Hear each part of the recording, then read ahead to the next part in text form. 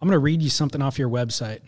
Okay. It says, let's face it, folks, most people like comets, rockets, and meteors, loud bangs and fireworks. Admittedly, there have been very little of these pyrotechnics at Ward Coffey shapes over the last 25 years. I've been content to quietly hang my shingle, listen to my customers' wants and desires, and go into my hobbit hole and produce the goods. It seems to work, and I thank you all for it. Amen, brother. I like it. That is exactly how I think of you. But the way I want to position that kind of thought is in regard to what's going on currently in the surfboard industry. Yep. Just literally in this last quarter, 2023, yep. we're at the end of it, I guess. Yep.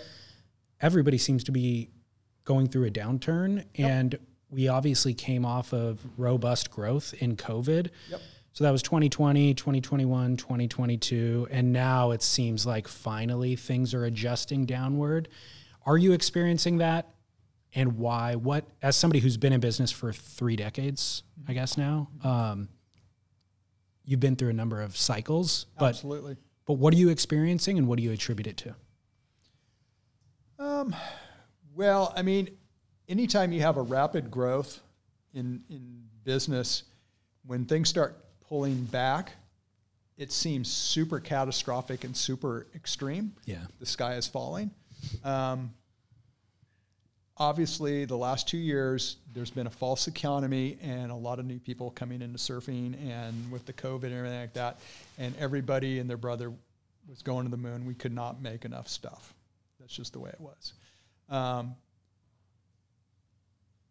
And, you know, in 2008, I think we saw the same kind of growth period, and then the e-brake got put on and everybody went over the handlebars, you know, and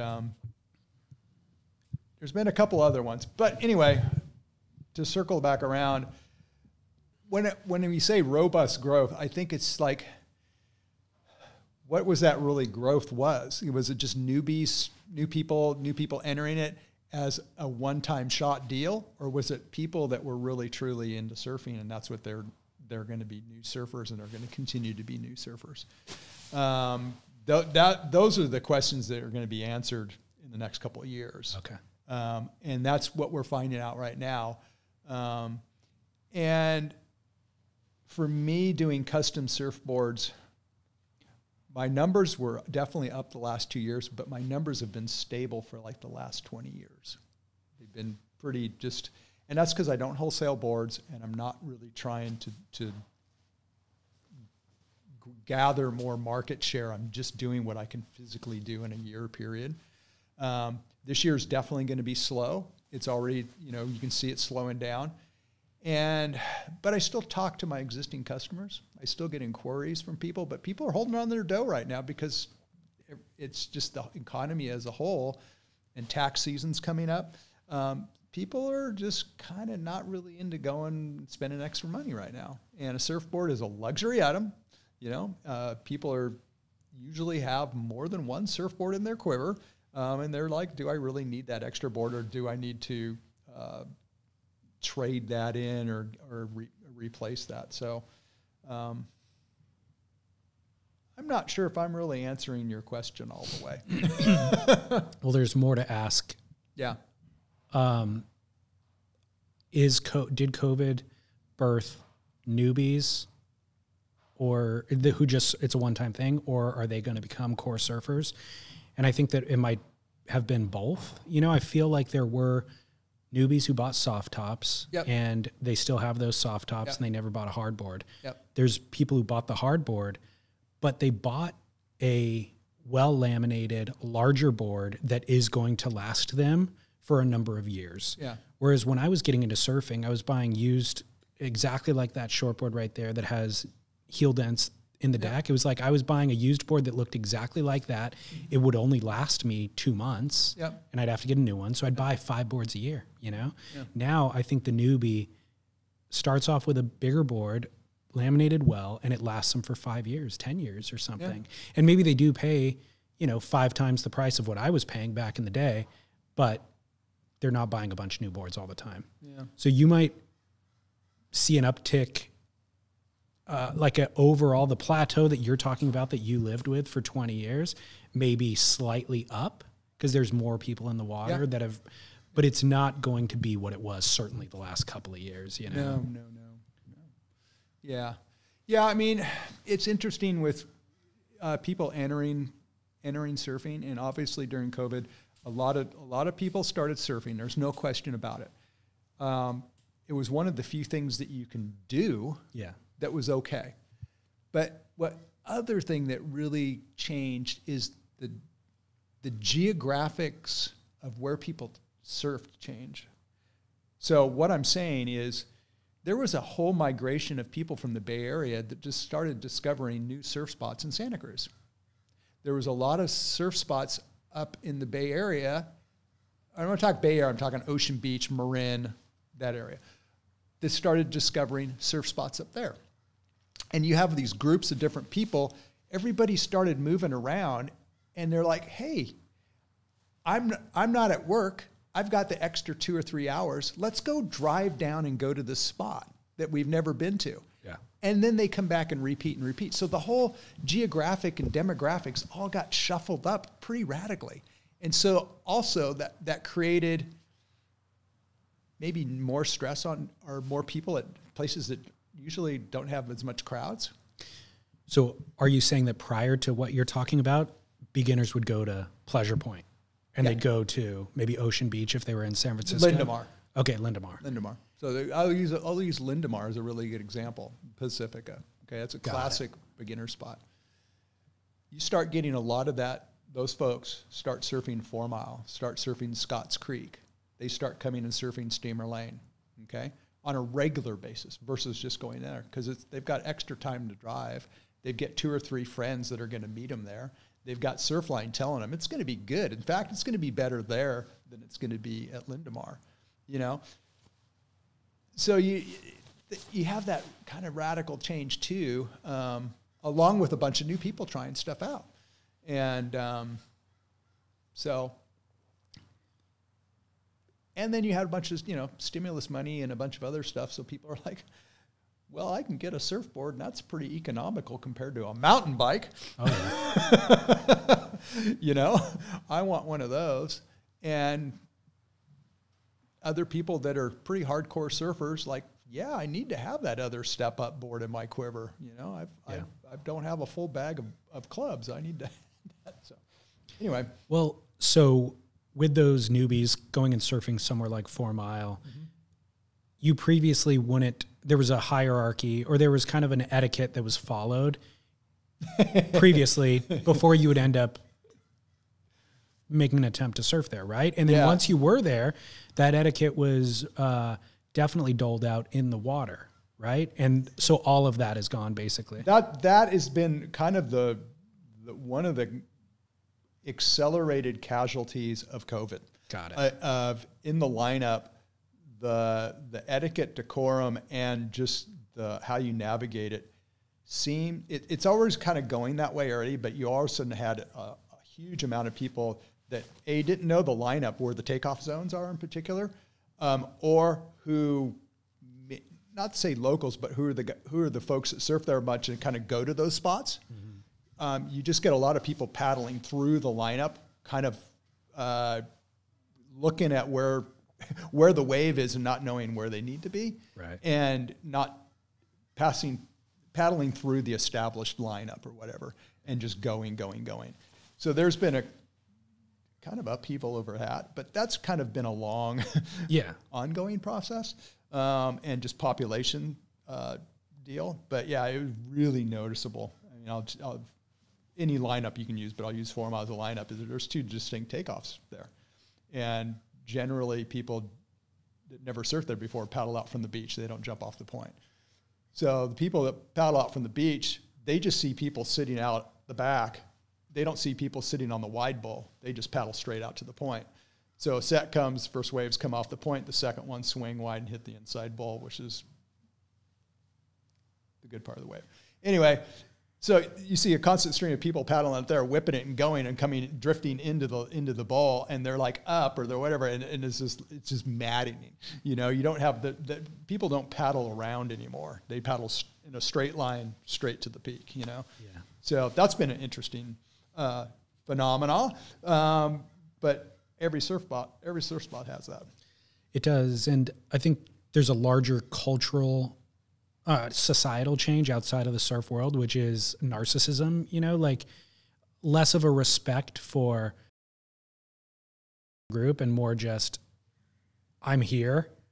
I put in a bunch of effort to be here. I bought this expensive board. I have my time off work. Now I'm going to get my wave.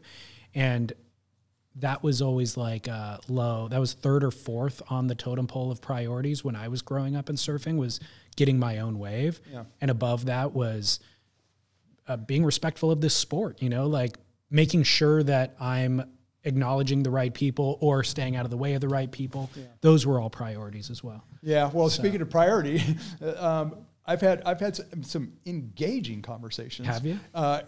With people in the lineup, and I've queried a lot of people, and a lot of people will use the word priority, and priority has to come with their position.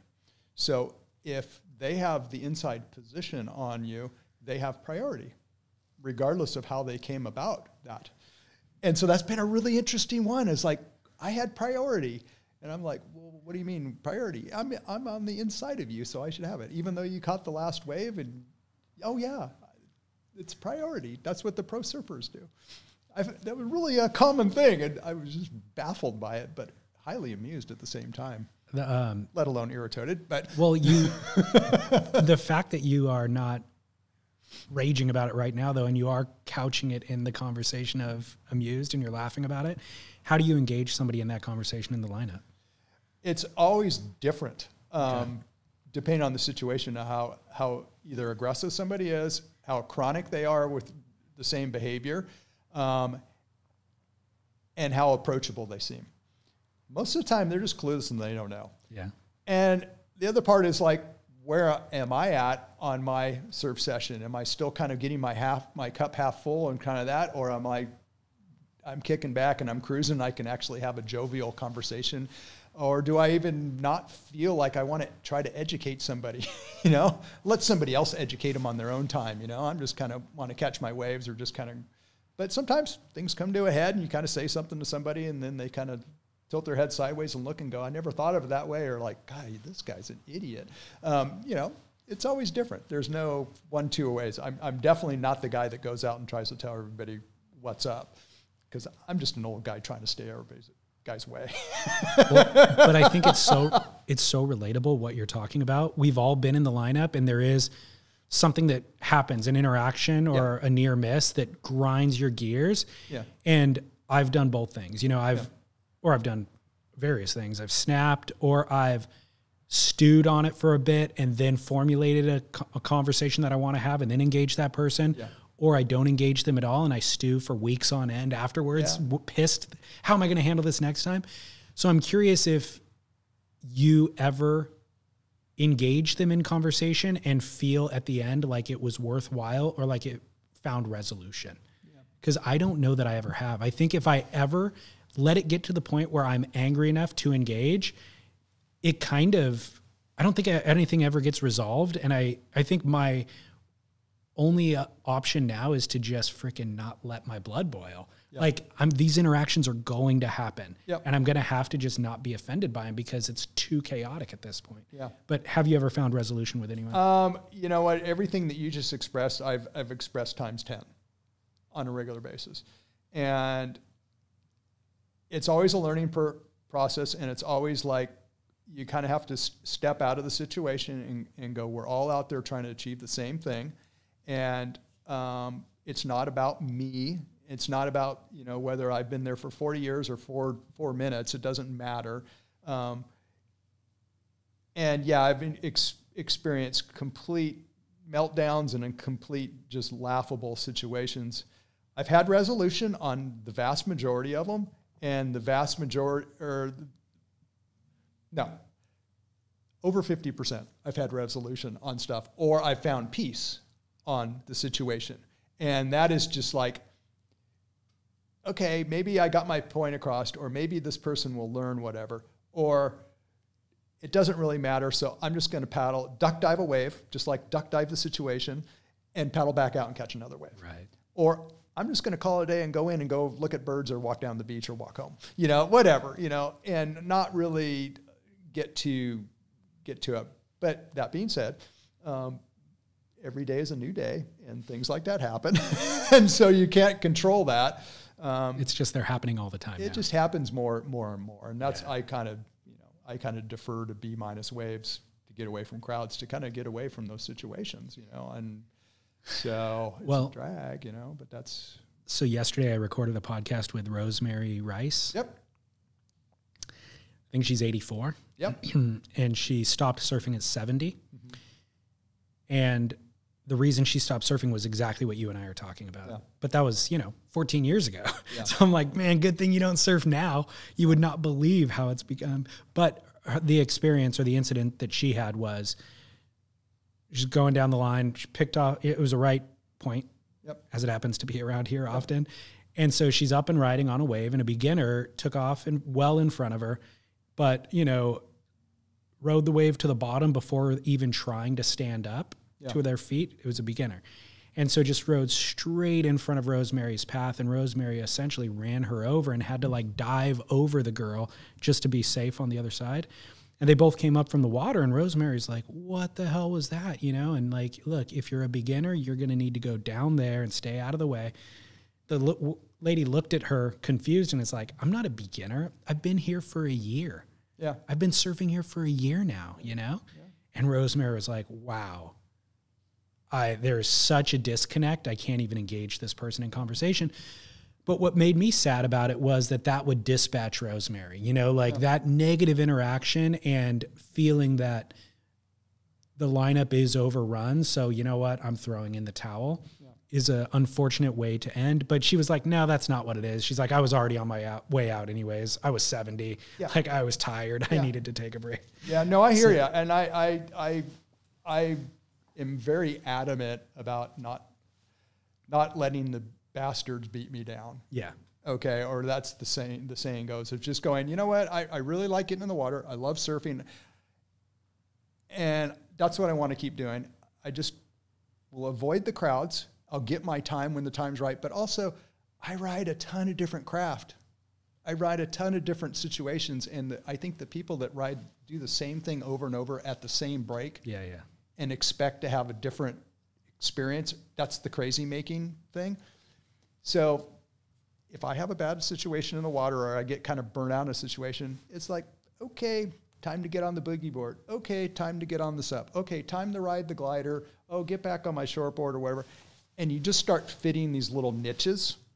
You start fitting these little different nooks and crannies, and you're looking at things totally different.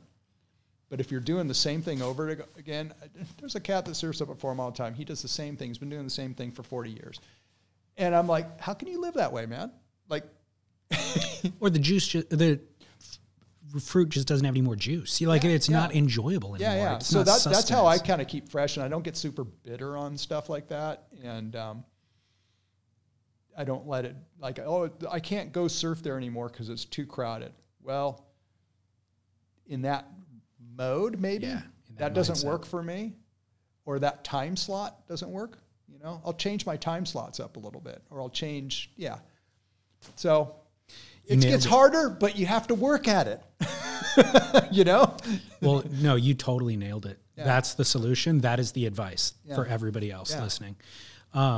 It's interesting too, before we started recording, you are one of, let's say, 10 people who have mentioned sailing to me recently as something that you're really invested in. You've been at it a lot longer than you've been at surfing, but does that provide the same type of thing for you that surfing provides?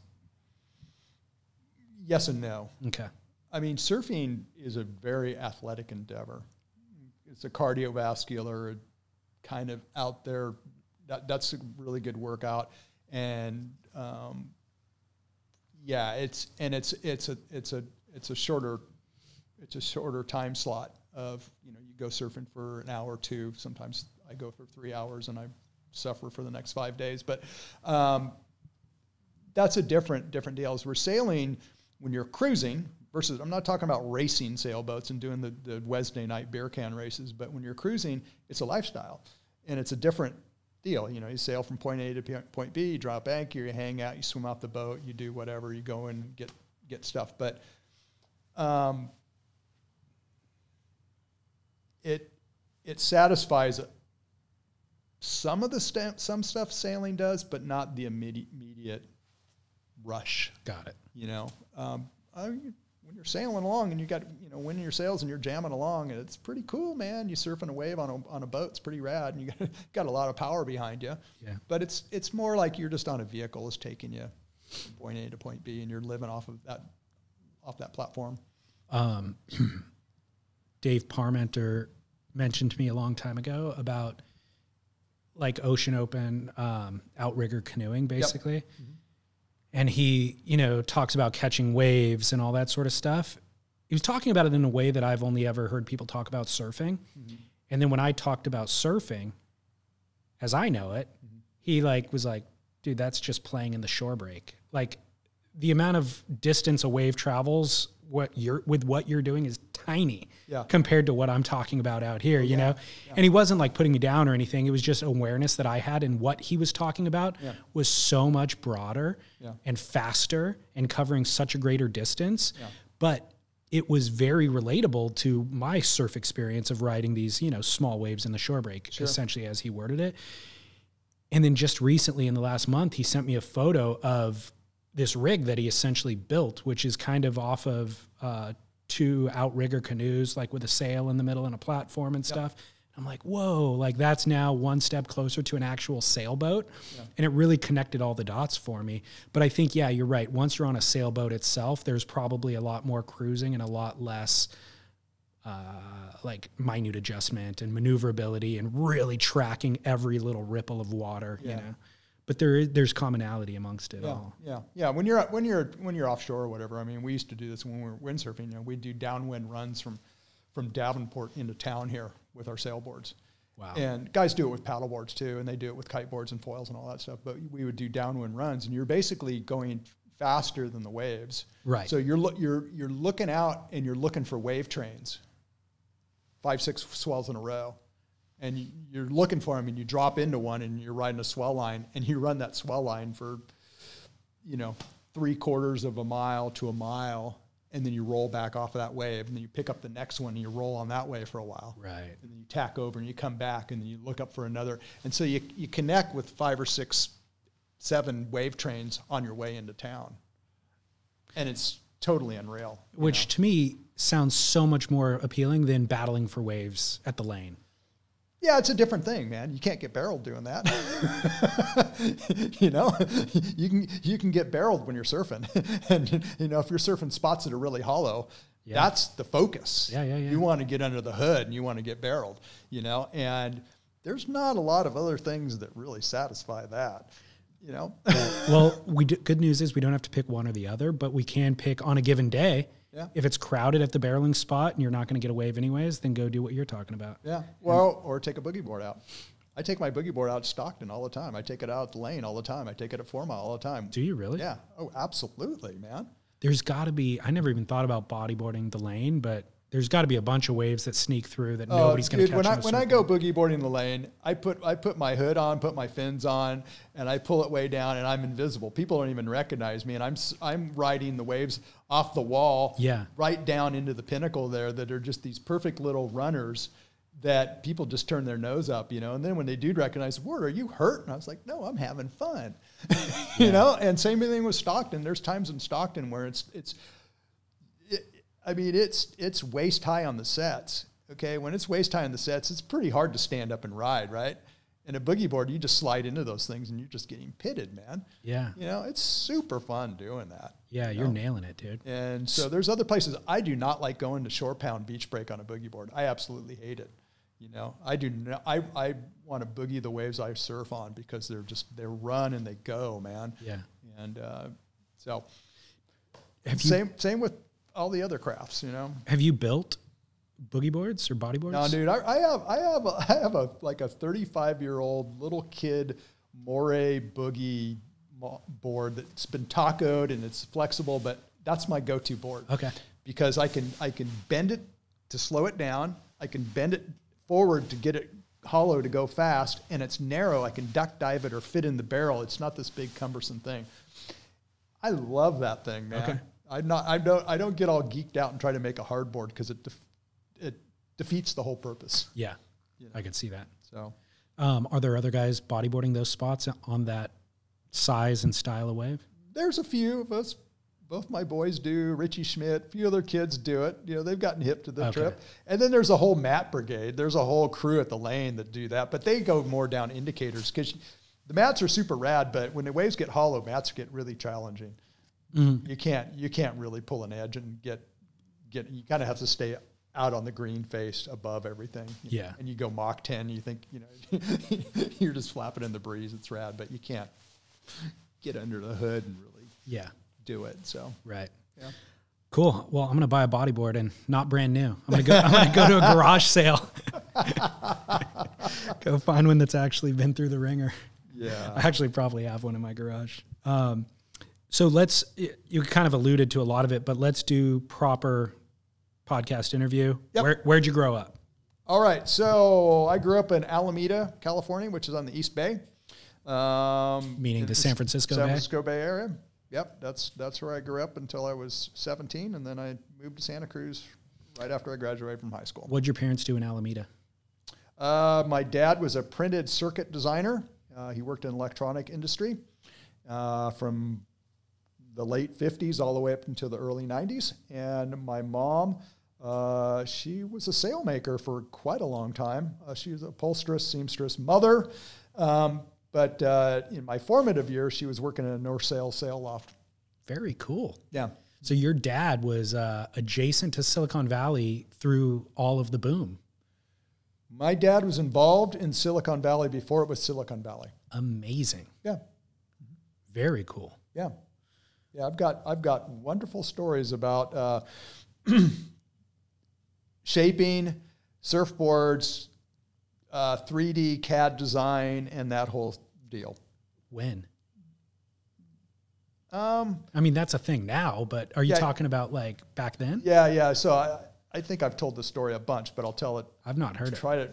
Yeah. So my dad was a printed circuit designer. So printed circuits are kind of the precursors to what silicon chips are. You know, it's all things go in, they got to come out other end. Anyway, he worked for a lot of companies over the hill doing specialized jobs of these projects. He would go from one project to the next to the next. And he worked for NASA and Lockheed and Intel, and the list goes on. Anyway, when I shaped my first surfboard in 1979, I showed him, and I said, Dad, check this board out. That's great and groovy. And he thought that was cool. Then I shaped another one in 1980, and I said, this board's magic. You know, and he's like, oh, what is it magic? I said, it does anything and everything I want to do. As I think about doing it, the board's doing it, great and groovy. And he said, what do you do if you break that board? And I said, well, you go in and you shape another one. And he goes, but how do you get the magic? How do you make that board exactly the same as the other one? And I said, you just be really careful and you just, measure everything out. And then he goes, well, let me show you something. I'm doing some beta testing for a startup company up in the North Bay, up in San Rafael. And what they do is they've taken this numeric equation. It's called the Bezier curve. Bezier curve is based on a numeric equation that makes you loft curves, bend and do stuff. And you can have data points and you can change that curve. And what we're doing now is we're designing printed circuits or construction, houses, whatever, with 3D drawings by using this. Okay, so instead of using French curves and triangles and stuff, we're using this design program. And so I'm helping these guys develop this thing. And I said, well, that's cool. And he goes, I think we can take this program and go over to Ames Research, which is the surplus stuff that does all the NASA and the Lockheed stuff. And I think we can make that talk to a machine to cut out a surfboard and make it do it again. And a 19-year-old kid went, oh, Dad, there's no soul in that. Nobody wants a surfboard made by a machine. Okay? And my dad laughed and he said, okay, but it would be a fun project. Let me know if you ever want to do that. Okay? And so we just left it at that. And I think at the time, I think this cat named Barlone in France had done similar thing. He had a shaping machine or whatever. And it was pretty crude. So you fast forward in time, I start working at Aero. Bob Pearson starts teaching me to shape, and I was learning to be a production shaper. Okay, you need to shape X amount of boards a day. These are what I want you to do. You've got to get all your chops down. You've got to skim 100 blanks before you can move to putting rocker in. You've got to get your rocker down before I let you template a board. You got to template a board before I let you cut it out. All this formal stuff, training to do stuff. That company, that startup company that my dad was working for, was named AutoCAD. Okay? So, little startup in North Bay of San Francisco Bay, San Rafael. And I laugh my ass off now when I tell that story because they're like, dude, you could have been an early adopter. You would have known all about this, you know? But I go, yeah, but I wouldn't have learned my trade, my craft. You would have had a whole different business. Yeah, and for me, I can, these file cabinets represent every board I've shaped since I've been doing my own thing. And I pull my file and there's a lot of data on those files that I can grab it. And what blank I order from US Blanks, what rocker profile, what stringer I put in it. I can order the same thing, walk in my room. It's got a list of what templates I used on it. And I can go at it, And you and I could talk about a board and I can go do it straight away. That's kind of what the CAD design and doing all that did. Just takes that. So anyway, it's pretty funny, and it's my funny little story. What's interesting about it is your dad, while he was right with everything that the project he was presenting to you, it might not have spit out the magic board as you knew it. Not at that time period, no. Well, even today, like with the refinement, like the magic board, whatever was the essence of that magic, might not be represented through the mathematical numeric equation. Yeah. Do you know what I mean? Well, yeah. I mean, he was just showing me. Here's the interesting thing about that. So as deeply embedded as my dad was in that industry, in technology, okay? He was like, blind faith in technology is false, okay? All we're trying to do is we're trying to duplicate what happens in our head. Yeah. And we're trying to keep up with what's going in our head. And he goes, the human mind, the way the human mind functions and what we're doing is still incredibly precise and incredibly accurate. He goes, let me show you something. I can draw a straight line. And he took a piece of paper and he took a pencil and he went whoosh, with a straight line. And he said, check it out. He took a straight edge and put it right next to it, and sure enough, that's a straight line. Okay, you do it. I'm like, well, I don't know if I can do it. You try it. Put a pencil down. I pull straight. Not that great. Pull it down. You can do it. You can get a straight line or whatever like that. He goes, the other thing is, let me show you something. And he grabbed a stack of papers and he kind of wrote it and he handed it to me. He goes, how many layers of paper are right there? And I felt it. And I'm like, feels like 2. He pulls it apart. There's 2. How did your body know that thickness?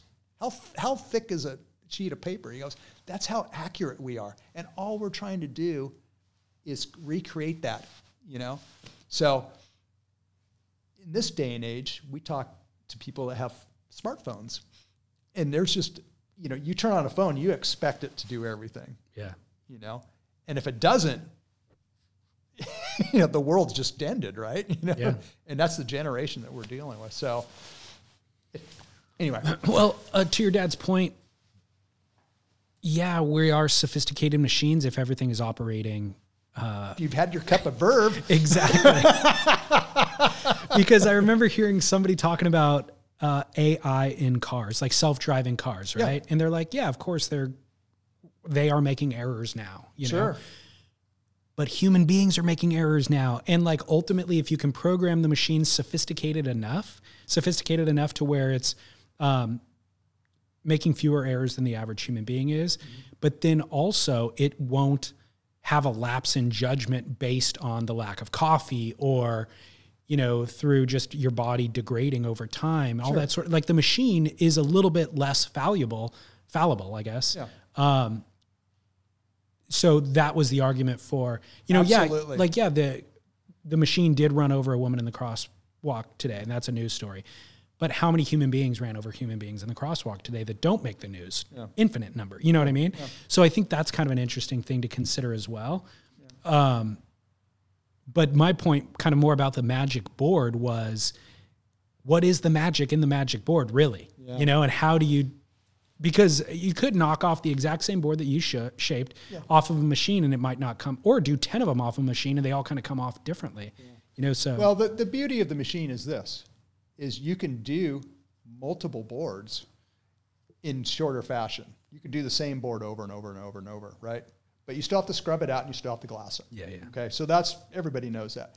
But you can do a production run, really a lot of boards that a human person just can't do that consistently.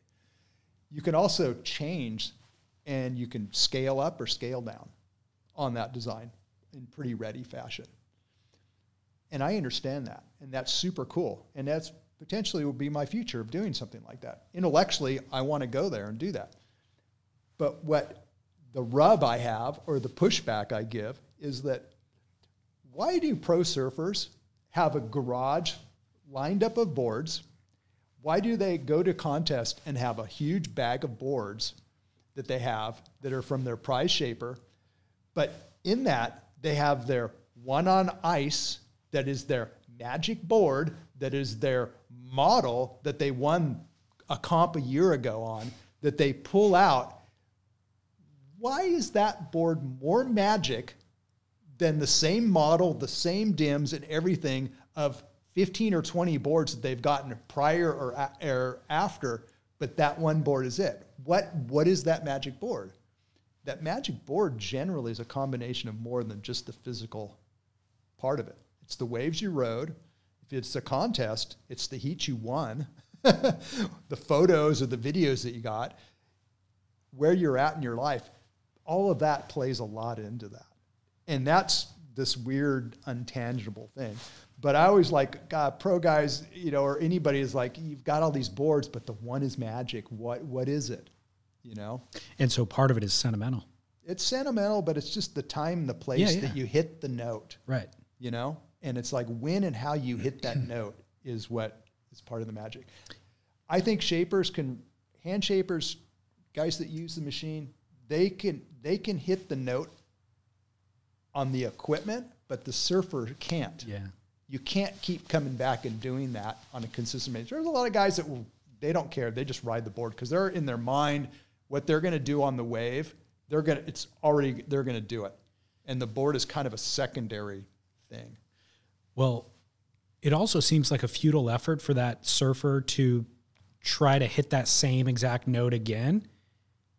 You know, like, you're right. It is all those things. It was a time and a place, and it made sense then. Yeah. But to have it on ice and think you're going to hit that exact note in a year down the road, you might as well start focusing on a new note to hit. Absolutely. You know? Yeah, that's what I always tell. I was like, if somebody comes out, that board you made me 8 years ago was magic, or 20 years ago it was a magic. I was like, well, cool. Yeah, I'm glad you dug that board out. You know, you were X amount of years younger, 20 or 30 pounds lighter. You were traveling a lot. You were surfing perfect waves. Can we recreate that? We can't. So let's figure out how we're going to go forward with that magic. Let's take the elements that made that work really good for you and go forward so you can have another magic experience. Let's look at that. Don't look in the rearview mirror. Right. So smart. Well, what I loved about your story about your dad too is how different your mindsets were. Like, there's so many things that I have stories of my dad like that, where at the time I was like, no, Dad, you're missing the point. Like, that's not it. In hindsight, I'm like, man, he nailed it. He was exactly right with what he was telling me, but we're different and we view the world differently. Yeah. And so I was right too, in my way, just because so I love that your dad was totally right with what he was talking about, but you're not that same analytical mind. You know, you have more creativity and you're going to just view the same project through wanting to express it with your hands rather than through the numbers. And that's how I learned. I learned to do it. But, you know, there is an intellectual part of me that really has a desire to start designing boards, start doing stuff and getting boards cut via the machine and using CAD design, there's a taste and a desire for that, but it's just not the current business model, you know? So how do you do both? I laugh to hear you say it because I've heard you say that in the past. You're like, yeah, in the future, I'm going to embrace the machine.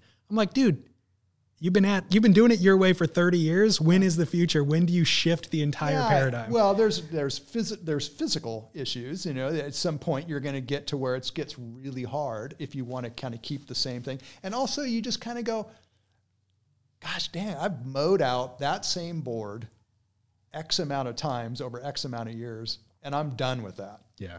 I know where it's supposed to go.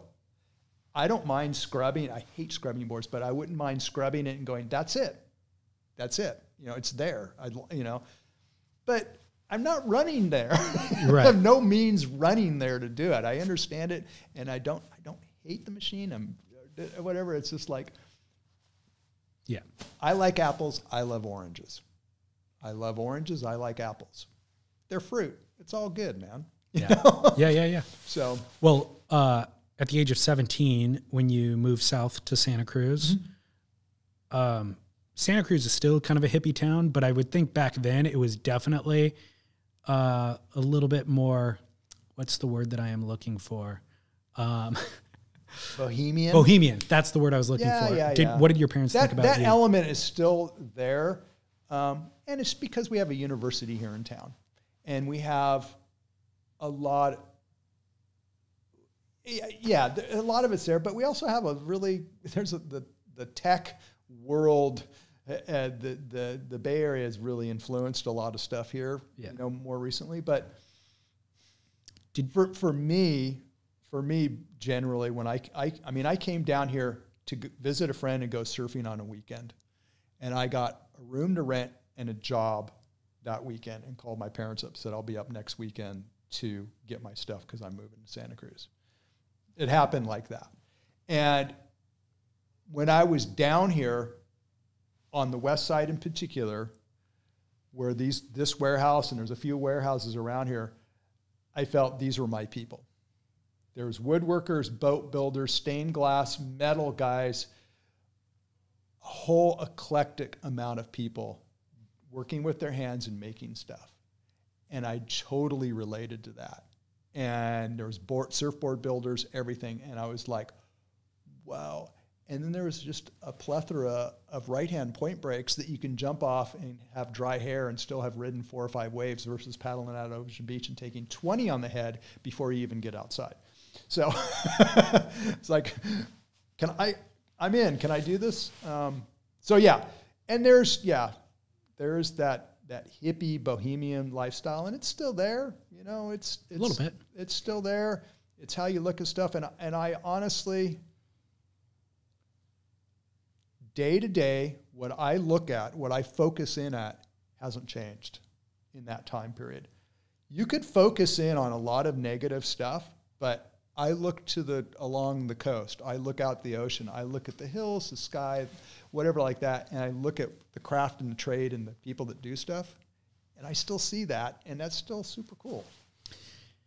Yeah, it's interesting. The tenets of your business, as I know them to be, just from knowing you, and also from reading a little bit beyond the blurb that I read to you off your website. my much outdated blog, which is my quasi website. But the tenets of your business are steadfast and true always in every business, like quality product, customer service, competitive pricing. That's what you've kind of always focused on. And everybody else, I feel like, not everybody else, but a lot of other people chase trends. And then they scale up and then they scale back down. And they're making these but it's like you've kind of always done things the same way. And that's what you were talking about in that blurb I did read to you, was like, everybody likes comets and fireworks. Of course they do. We don't have a lot of that. We just focus on the fundamentals, you know? And so that's kind of what you're talking about, is the world around you has changed, but if you're focused on what you're doing and you're only trying to do it at this scale, you can do it, right? Yeah, well, small is beautiful. Is it? Small is beautiful. And it's because your quality of life still is really good. your day in and day out, what you're doing, you can keep at a manageable deal. When you're really small, yep. When you're really small, you're struggling to make ends meet. Right. When you're really big, you're struggling to find minutes in the day to find how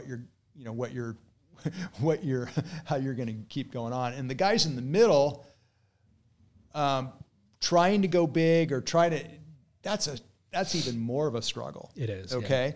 Yeah. And the thing that I learned early on, obviously working for another company that was going big at the time, was that you can do moonshots, but when you come back down to earth, there's a lot of pieces to pick up. Meaning that when you scale up and you start to scale down, it's really hard to scale down. Like there's a lot of baggage and a lot of wreckage that happens with that. And I never wanted to deal with that. I wanted to say, this is stuff that I can be true to my employees, my customers, my wife, my kids, that we can kind of keep contained and we all feel good about it. So, and it's just, the U.S. is bigger is better, right? Mm-hmm. You got to keep going to the moon. You got to keep doing bigger and bigger and bigger, big gulps, whatever, it's like, but when you look at the rest of the world, Europe, what have you, there's a lot of content people doing stuff in small little mom and pop shops and small, business models. Yeah. And they've been doing it for generations. And they, passed it down to the kids and the kids are doing it. Yeah. So, the other detail is lifestyle. You mentioned lifestyle. Yeah. If you are enjoying the lifestyle, if you have a lifestyle that you love and appreciate and that you designed, a lot of those other examples that you just gave might have profit associated with them, but the lifestyle is gone, Yep. Yeah, there's a metric. And, it's common in our society to use the metric of your accrued wealth or accrued possessions, and that's, for my wife and I, that's not one of our metrics. Yeah. It's like quality of life and what you're doing. And are you living a comfortable life? Yes. Are you, accruing this, that, and everything? No. Do you want to? No. That's the question you have to ask. Is that how you're being perceived and valued? I don't really care about that. Well, who's perceiving and who's valuing it? And if that audience is the Instagram audience, then you start chasing a different thing. Yeah. Have you had opportunities, I would presume you have, to scale up your business? Oh, absolutely. And when you look at that stuff, have you had licensing opportunities? Like so much of it that you just discussed would be adding your square footage and adding employees, and you explained why that doesn't make sense for you. Yeah. But what about licensing out your brand and collecting a paycheck, and somebody else is manufacturing Ward Coffey shapes in Japan? Yeah, well, I saw all that happening with Surf Tech. Okay, and the big number one rub that I had from all the other shapers was they were getting great paychecks and they were stoked. But what happens is they had to start auditing where their boards were going. And they spent more time trying to audit how many boards were out there and how much royalties they weren't getting paid. Really? Or just, it was their whole business model changed, And I don't know. I kind of go back to working at the other shop prior to here is, guy comes in to order a board. Shaper talks to that board and talks to that customer. Yes, good. We're going to do it. Good, do it. And then they run off and do their thing, and somebody else produces the board. Then the customer comes and picks up the board, and the shaper shows up and goes, here's your board. And the customer's like, it's not exactly what I wanted. And the shaper goes, well, yeah, this guy and this guy screwed up, or yeah, we'll make it right. Da-da-da-da-da. Go. I never, ever, ever wanted to do that. I wanted to go, I'm the guy I'm going to talk to you about your board. I'm going to shape the board. Yes, I'll have somebody else glass it, but if something's wrong, it's on me, man. And if it's not right, let's do it. Let's make it right. And it's that thing. I never wanted to have somebody else do that. And so, yeah, having somebody produce something, get royalty checks and do all that, it's going to have to be really, really, really, really lucrative to like put the blinders on and not do it. And that just doesn't fit. Yeah. That doesn't fit me at all. So I think your success is related to knowing very clearly what you want. I don't know that a lot of people I talk to have that level of clarity on what they want, or they temporarily have a goal, and so they'll service that goal and then tell themselves it's okay to make these sacrifices for a year or 2 years or whatever it is, and don't really lift their head up to reassess for 5 or 10 years, you know? Yeah. Well, here's an example. I have a really smart wife. She gets more props than I do. I stopped wholesaling boards 10 years ago. Okay. When I was wholesaling boards, I had like 10 accounts maybe. And along the course of the time, she said, you should stop wholesaling your boards. And I said, what do you mean? We're doing all these boards. And then she said, you're not really making much money at that. If you stopped wholesaling your boards, you're going to deal in straight, you're going to make more money. I was like, well, I'm not going to do the volume. She goes, you don't need to do the volume. You're going to do less work and make more money and have better return customers. And I could not wrap my head around that for a long time. And she would show me the numbers and she would explain it to me. And she's, you've been doing this long enough. You're taking boards to the shops. Every time you come back from dropping up boards at the shop, you come back pissed off because there's a new 16-year-old kid that doesn't know who you are. The shops don't want to pay you. You're financing the shops. They're supposed to be financing you. And there's a whole litany of things. And you're putting up with that because it's worth it, you know? So I stopped wholesaling boards.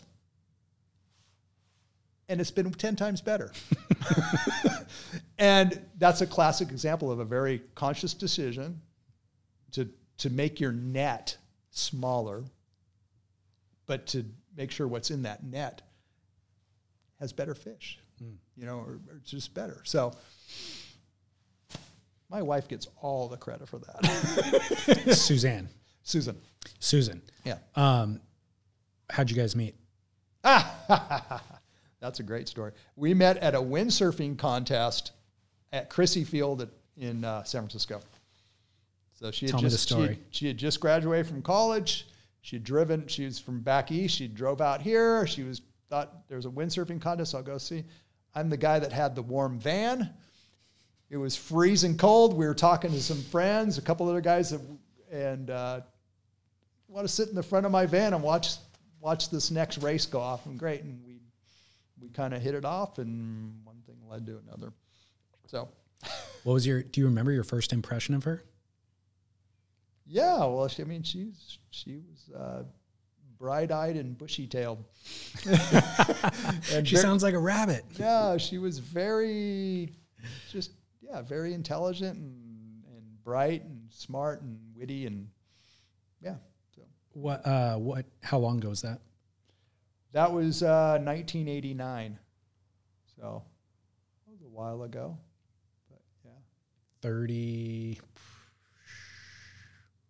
right? Yeah, 34 years. Yeah. 34 years. Yeah.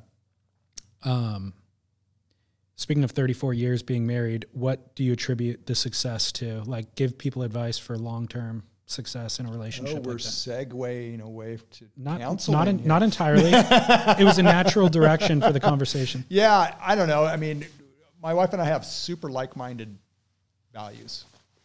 And hey, just for the record, look at my notes right there. How did you meet your wife? Advice for longevity in marriage. Yeah. It was all factored in because that's one thing I think about you is having a successful marriage. That's part of your identity to me, and that's what I want to know. Yeah, about. well, a lot of the stuff that we just covered about small is beautiful and, business and stuff like that, we have really like-minded. It's like we like to keep things really simple, really close to home, close to heart,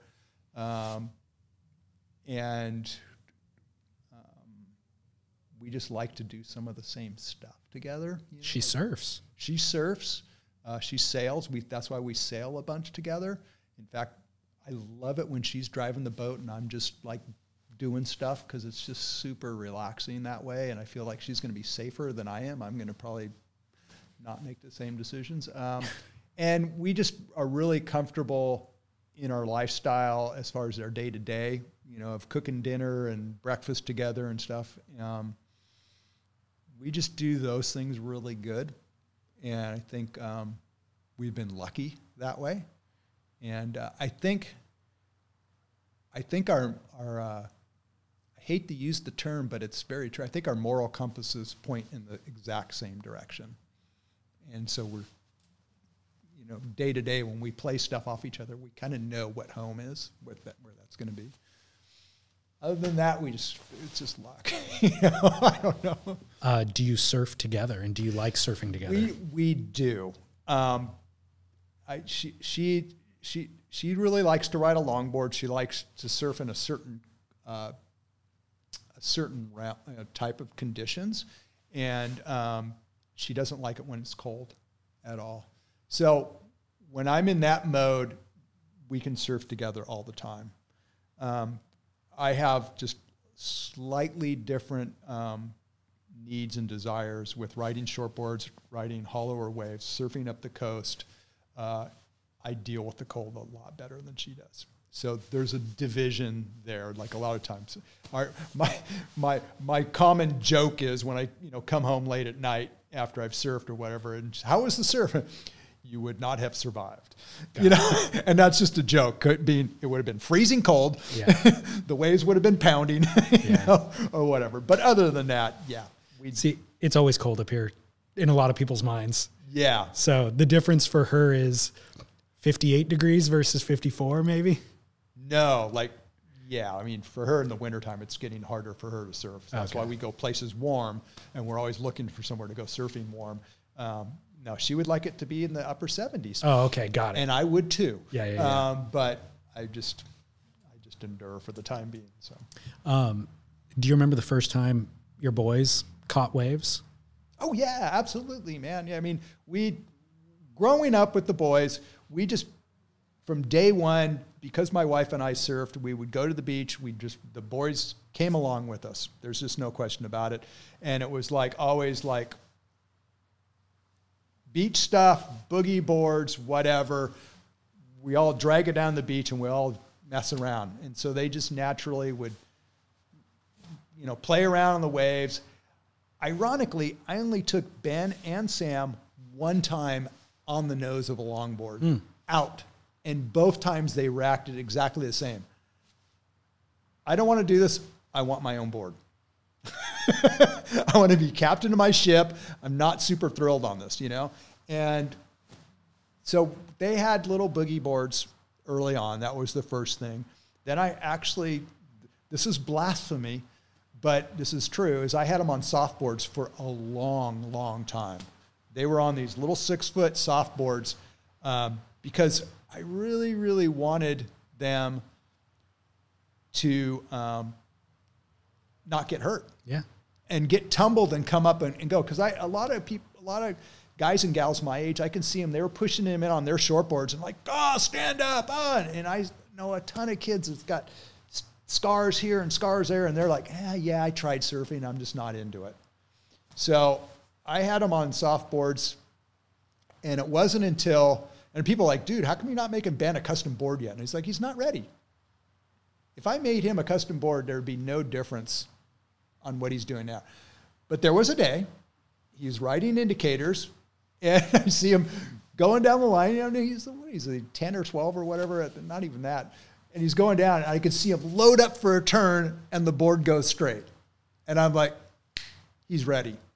So I built him his first custom board, and all of a sudden, there he starts going. He starts doing this, and so that was it. And then Sam, same thing, And the other classic thing about having them on foamies is they grew up in a time period where we had all these bumper crop banner years of cows was breaking. So cows had a sandbar a bunch of that time period. Ben's a goofy foot, Sam's a regular foot. And the first thing they had to learn, and I had to go out there and explain to them, is how they line up, because they were doing this. Oh my They were constantly crashing into each other, and they were like, they're like, Ben. So no. Switch around and you guys split the peak. Yeah. split the peak. You know, That's so funny. It took them a while to wrap their head around, but I said, once you do that, you guys can sit shoulder to shoulder and you can control the peak. and dominate everybody else in the lineup too. But that was the funny thing, you know. And then the other funny thing is, you know, we had leashes on them. And, well, cows, you don't need a leash because it's sand, right, you know? Well, Sammy's out there when he's really young, and he's like, I don't want to wear my leash. I don't want a leash. I can't walk to the nose. And on his little 6-foot foamy, right? And we're like, it's just safer, buddy. It's just safer. You're out the back, and, you know, you lose your board. And he's like, I can swim, you know. And so Susan goes, all right, well, let's see how you do. Takes his leash off, and he paddles out the back, and a set comes, and he paddles up for a wave, and he looks, makes sure we're looking, looks and shoots his board out and dives off, and his board comes tumbling in, and he swims in and gets his board and goes. And we're like, okay, you don't have to wear a leash out here, bro. That's so funny. And that's the classic little brother trying to keep up with big brother. But well, probably an indicator of his personality too. Is he still hard-headed to this day? Oh, yeah, absolutely. Yeah, Ben's a little mellower and cruisy, or Sam's a little bit, he'll push. Yeah. You know, Sam's got what Susan used to say, Susan's mom used to say, because Susan's got a brother. Your brother, I used to tell not to do something. You, I had to help not do something. Wow. And so that's Sam and Ben. Yeah, Sam, sometimes you got to help them. Yeah. Do they have, I know Sam's doing the QS. Yep. He's in Barbados right now. Yep. Ben is also talented. Is he not doing the contest thing? You know, he's in the trajectory of your competitive career or whatever. He's not really doing QS that much. I thought he did the Morro Bay event, and he'll do a couple, and he'll probably do the Coldwater. He's really into the board rider stuff. Yeah. So he got to go to Australia last month. He was in Australia and doing that. So he's still involved in the board rider stuff, doing a little QS events here and there, but not chasing it as much. Yeah. He's a lieutenant with the city lifeguards here. Oh, I didn't know that. Yeah, he's been a lifeguard. I mean, talk about, you know, he was competing on the QS at the same time he was competing doing life-saving events around the world for the U.S. Wow. You know, he was doing double duty. You know, it's like, I don't know how many people did that, you know, because he's an amazing paddler. And but he's lifeguarding. He's ramping up for the season, and he's gone back. He's going to college. He's taken a bunch of courses at college. So he's a little older. You know. So as you view professional surfing, it's changed a lot. I mean, honestly, in the 90s around here in 2000s, Sam at his level of competing currently would have had a bunch of contracts, making a ton of money. Absolutely. And that's not the case any longer. Yep. So kind of as you survey his opportunities, do you think that either of them have professional surf careers ahead of them? And if so, is that something you want for him? Well, you know, that the question that you ask is like kind of late to the party and where they're at. I never really wanted them to be professional surfers because I kind of went through that, and I coached a lot of kids over the years and been involved. I mean, my wife and I ran the surf league the Santa Cruz Surf League for 10 years. I've been coaching since the 80s and competitive surfing since the early 80s. I never wanted to have them deal with the dark side of that whole part of it. You know? Yep. But that being said, as they started surfing contest, as they started doing well, and as they started rising up in the ranks, they're going to get 110% backing from me and Susan, and that's what they got. So we were driving down the south doing contests, and you know, Ben was on Surfing America's national team. Sam had a little injury, but they both done well. That being said, when they got out of high school, they both got paid to surf. They got paid to travel the world and do QS and do stuff. And I guess that's kind of called the professional surfer at that time, right? Yeah. They had salaries, they had contracts, they had stuff like that. And it was a good deal for the time, you know?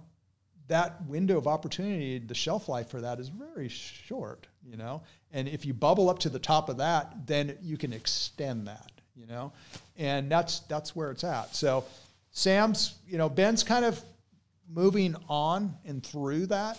Sam's kind of in the midst of doing that, finding where he's at and doing that. And I still back him, and I still think. And the thing that I tell people, a lot of people are like, what if they don't make it? And I always like, dude, they've already made it. What do you mean? Yeah. Okay, if you take the pool of people that come up through competitive surfing that are able to travel and get paid to travel to compete, that's a really small pool. And the time frame that you can do that in is really short. So they've traveled the world for 5 or 6 years now. They've been to more countries that I can't even name. They have they have friends all over the world. They have a network of friends. They have experiences that are way beyond anything that you would think in a person that age can get going to school, you know? And guess what? School's still there, man. So you got to do it now. You know, you're not going to go to college and come back and go, I'm going to be a pro surfer now. That window, that door is closed, baby. You know, I mean, some people can do it, but it's not there. And right now, there's just not a ton of money in pro surfing. You know? So I'm glad they were able to do that, you know? Yeah, it's interesting. He wouldn't, if Sam wanted to pursue it now, he'd have to, he wouldn't be able to rely on companies to provide that lifestyle for him because the entire landscape has changed. The people who are making it at his age are doing it on their own terms, building their own media profile, showing their value to the companies. The company isn't going to pluck you and then make you a star anymore. You make yourself a star, you bring that company along for the ride, and you don't even have long-term contracts anymore necessarily. It's more just like, I'm promoting you on this post.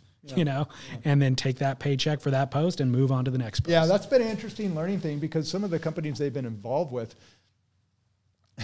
it's not been a reciprocal relationship, you know, and it's been, and so it's been a good learning thing for them to say like, yeah, they're paying you to do this, but they're not using any of your content you're creating and shining the light back. No.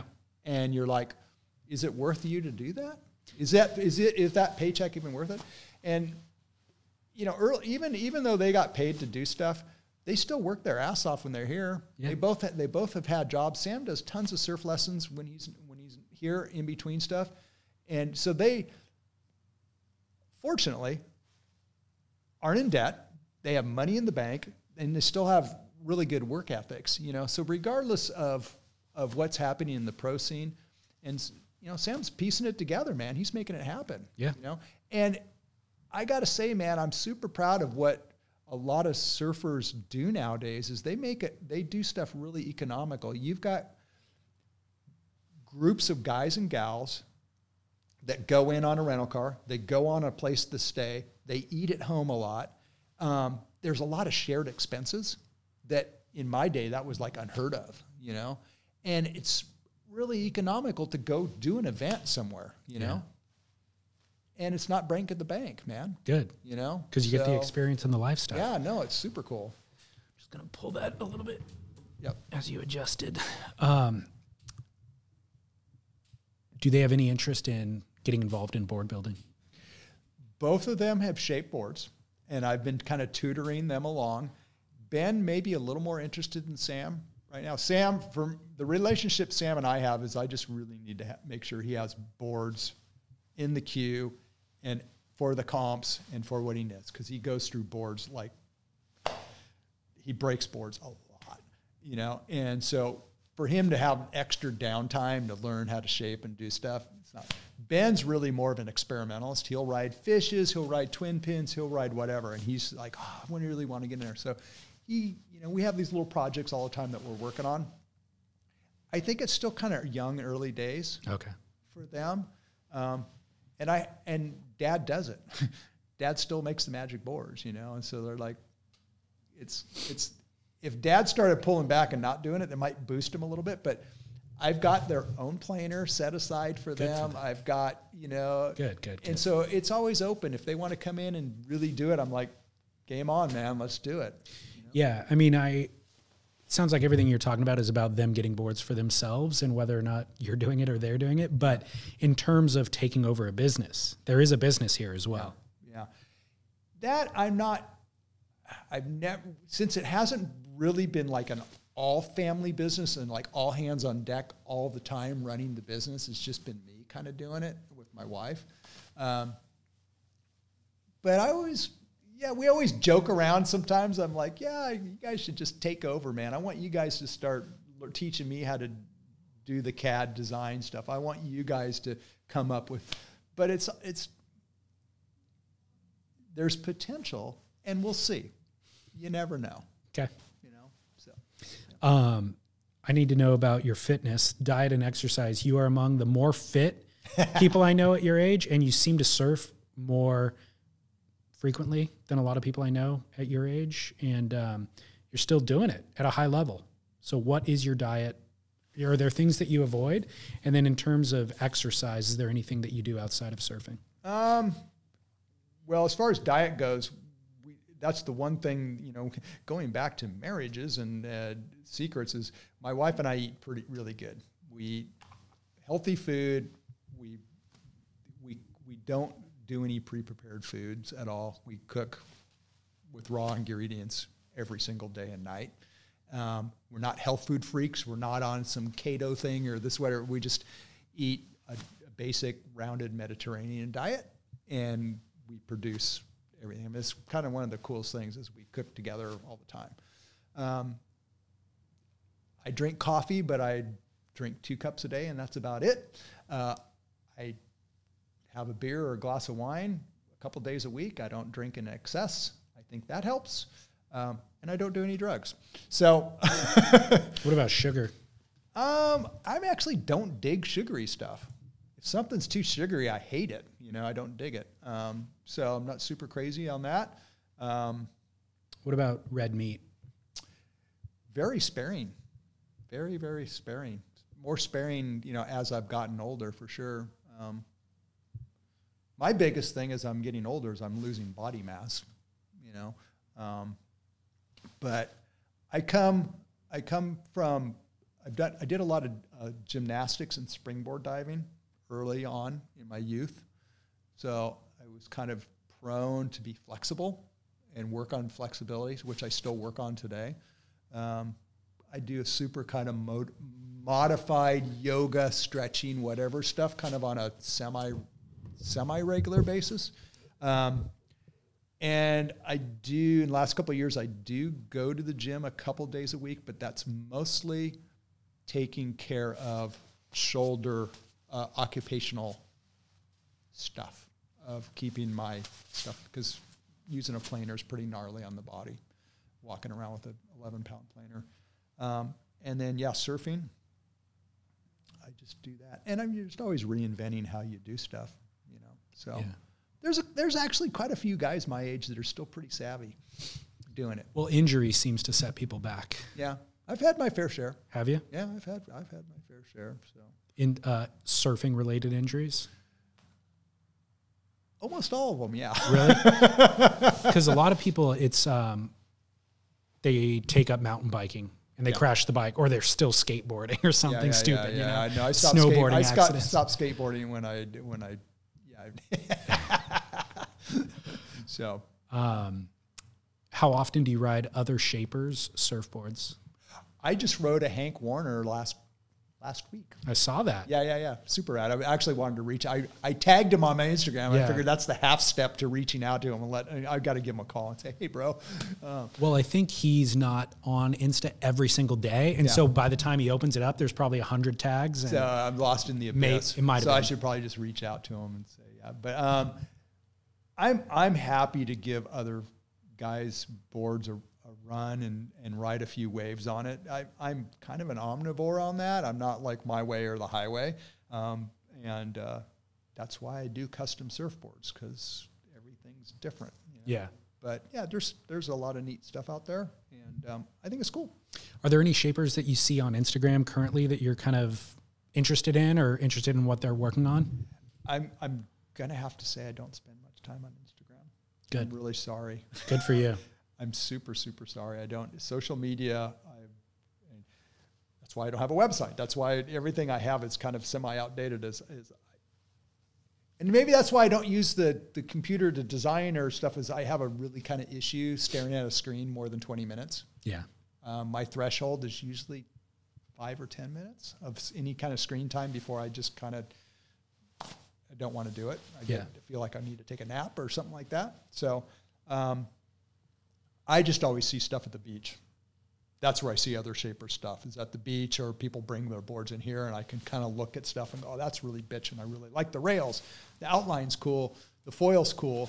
My big rub, though, is because the vast majority of boards are design, CAD-driven design stuff, everything's starting to get kind of, what's the word? Homogeneous? Homogenized. Outlines and foils are getting really homogenized because it goes back to that numeric equation, the Bezier curve. When you plug data in, it pulls you into that realm automatically. So you start losing, guys are really good at fine-tuning design work. You really see differences, but generally pro boards, what guys at the CT level to the QS level, all those boards look super similar. They do. Outlines look similar because they're all kind of chasing the same thing. They're almost one designs. You can almost, like a sailboat, you can say that's a one design class. Yeah. It has to have X, Y, and Z in those components, and it has to have this and that. And other than that, you can do whatever, but it can't go outside of that realm. Yeah. That's what, And then when you look at models or whatever, whether it's a Torn Martin twin pin or a CI mid-length, everybody's copying those or trying to do their version of it. So then that's, again, if it's on a CAD-driven thing, everybody's going to come to the same solution. Totally. So that's why when a new design comes along that's kind of radically different, people are like, whoa, okay, because it's just out of that box, man. Yeah. And so it's worth checking that out.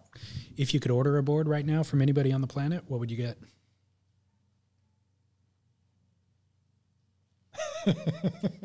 I honestly don't know, man, because I don't. This is going to be hilarious. I tried ordering a boogie board. No. My board, way. I took my board down south to a boogie board company, which I will not name because I'm not going to throw them under the bus, although I'd love to. And I was going to have them copy my board, update it, and I haven't heard back from them a year. It's been a year.